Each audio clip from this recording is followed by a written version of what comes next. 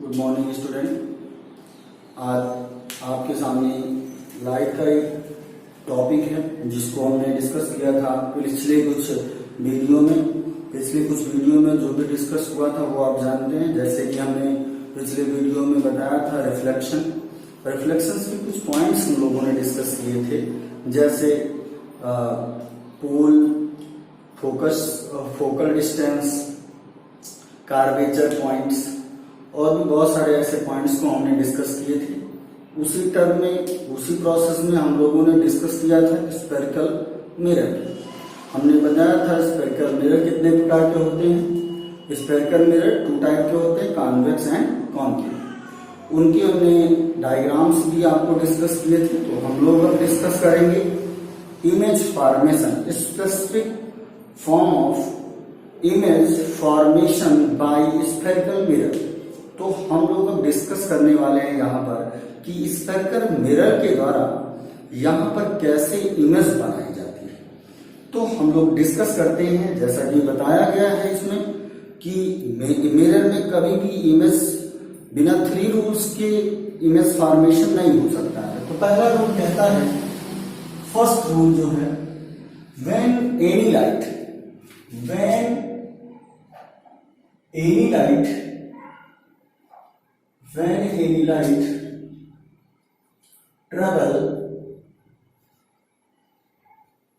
traveled to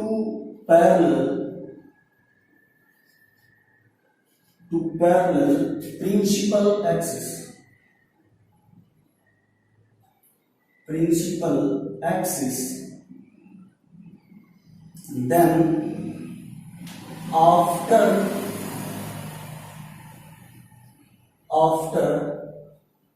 reflection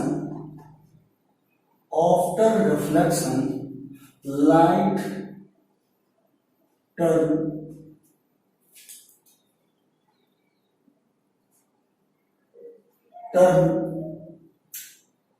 and goes from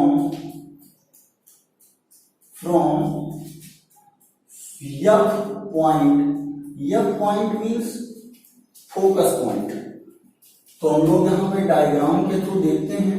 यहाँ पर suppose हमने कॉन्केव मिरर लिया है। कॉन्केव मिरर हमने डिस्कस किया था कि जो आउटर सरफेस होता है वो पेंटेड होता है और जो इनर सरफेस होता है वो पेंटेड नहीं होता है। तो इसीलिए आउटर सरफेस को हम रिफ्लेक्टिव सरफेस भी बोलते हैं। तो जैसे कि कोई रेज प्रिंसिपल एक्सिस के पैरेलल जाएगी, आफ्टर रिफ्लेक्शन वो कहां से होकर जाती है, फोकस से होकर जाती है। तो यही पहला रूल है। कह सकते हैं हम कि कभी भी कोई भी कॉन्वेक्स या कॉन्केव मिरर से कोई लाइट या किसी भी प्रिंसिपल एक्सिस के पैरेलल जाती है तो वह आफ्टर रिफ्लेक्शन फोकस से होकर जाती है। तो जैसे सपोज कीजिए ए और बी एक लाइट है, यहाँ M1 and M2 lens ending point है। Suppose this is the curvature point, this is the focus point, this is the P means pole. तो इस तरीके से हम फर्स्ट रूल को डिस्कस कर सकते हैं। इसके बाद सेकंड रूल क्या होता है, आपको ये रूल समझ में आ गया होगा। हम लोग सेकंड रूल को डिस्कस करते हैं। If any light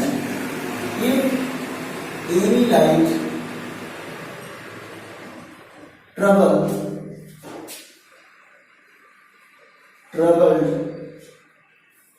from F point means focus point, then after reflection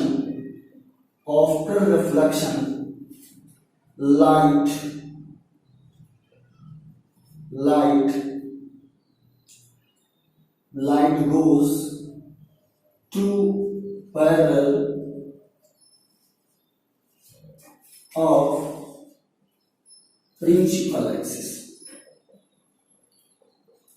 principal axis. So means कोई भी लाइट अगर फोकस से होकर जाती है तो आफ्टर रिफ्लेक्शन वह प्रिंसिपल एक्सिस के पैरेलल हो जाएगी। यहां पे हम लोग वही same to same concave mirror लेते हैं, जैसा कि ये कॉनकेव मिरर है। कॉनकेव मिरर, यहां पे प्रिंसिपल एक्सिस होगा। अगर यहां पे कोई भी फोकस से होकर रेज जाती है, मीन्स यहां से कोई ट्रेवल करती है, rays A and B, M1 and M2, this is the pole. ये है F point means focus point. From the F to P are known as the focus length. तो ये जैसे ही रिफ्लेक्शन होगा ये प्रिंसिपल एक्सिस के पैरेलल हो जाएगी। मीन्स ये कह सकते हैं आप, ये सेकंड रूल है कि कभी भी फोकस से होकर जाने वाली rays after reflection principal axis के पैरेलल हो जाती हैं।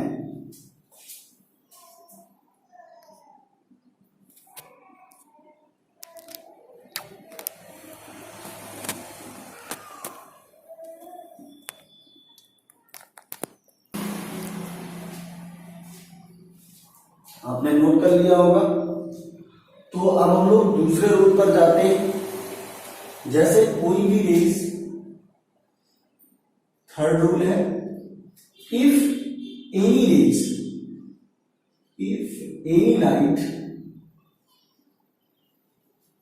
goes from C means curvature point, then after reflection light are turn same line।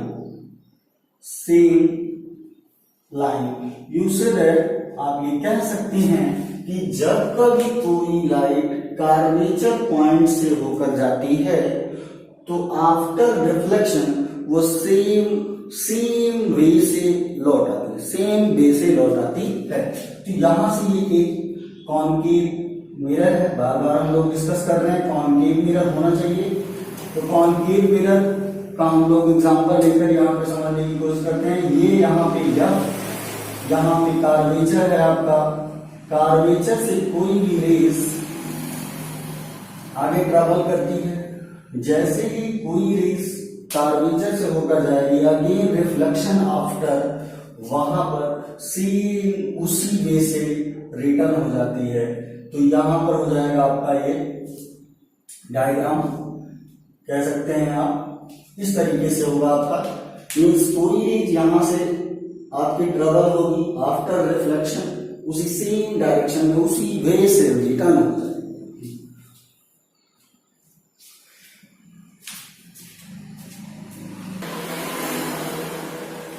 आशा करते हैं ये समझ में आ गया होगा। तो तीनों रूल के बाद हमें ये चीज पता चल गया कि लाइट हमारी ट्रेवल कैसे करती है।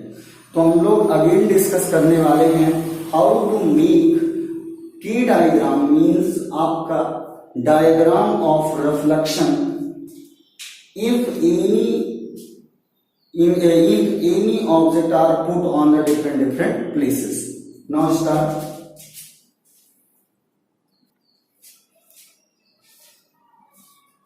तो हम लोग डिस्कस करेंगे कोई भी ऑब्जेक्ट कहीं पर प्लेस हो तो कैसी इमेज फॉर्म होती है।